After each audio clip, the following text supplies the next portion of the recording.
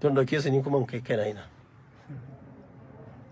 A ce ka zaɓi guda ɗaya daga cikin. To zan zaɓi ko ɗaya. Wa'annan fa su kansu matsala ce kuma sun shiga rubabbun jama'iyya. Dukkaninsu wa'annan mutane da kake gani dan mutane ba sa son gaskiya ne.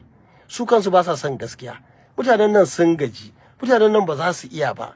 Kawai ƙara-ƙara ake yi, ana tattara mutane ana tafiya da su. Wasu daga ciki ka san harkar rayuwa. In ka girma ka kai wani lokaci sai ka zama yaro. Wasu da yawa daga ciki zaka rinka gani wandunan su ma a jike. Waɗansu suna tafiya zaka gansu sai suna rarima suna kame Allah bai sa ma abubuwan da suke kusa ana gani ba. Waɗansu mutane wa'annan ƙasar ina gaya maka kuma dama ce ta yau din nan in kirawo in jawo hankalin 'yan jihar Katsina musamman da 'yan jihar Arewa kar su yi kuskure. Idan aka yi kuskure duk abin da aka ci gaba da yinsa domin wasu cewa suke yi fa waɗansu gani suke gani wannan abin da ake a ƙasar su gani suke saboda duniyarsu daban gani suke yanzu jama'a daɗi suke ji a kamfen ɗinsu ba suke cewa za su ci gaba da abin da ake za ma su ƙara akan halin da ake ciki.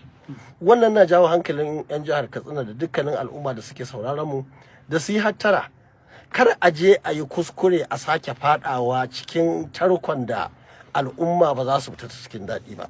A zaɓi cancanta kuma ni a debate ma da muka yi na gaya musu cewar duk ran da aka samu wani a cikin wa'annan mutane wa'anda ka faɗa da ma wanda baka faɗa ba ya fi Rabi'u Kwankwaso cancanta ta harkar ilimi.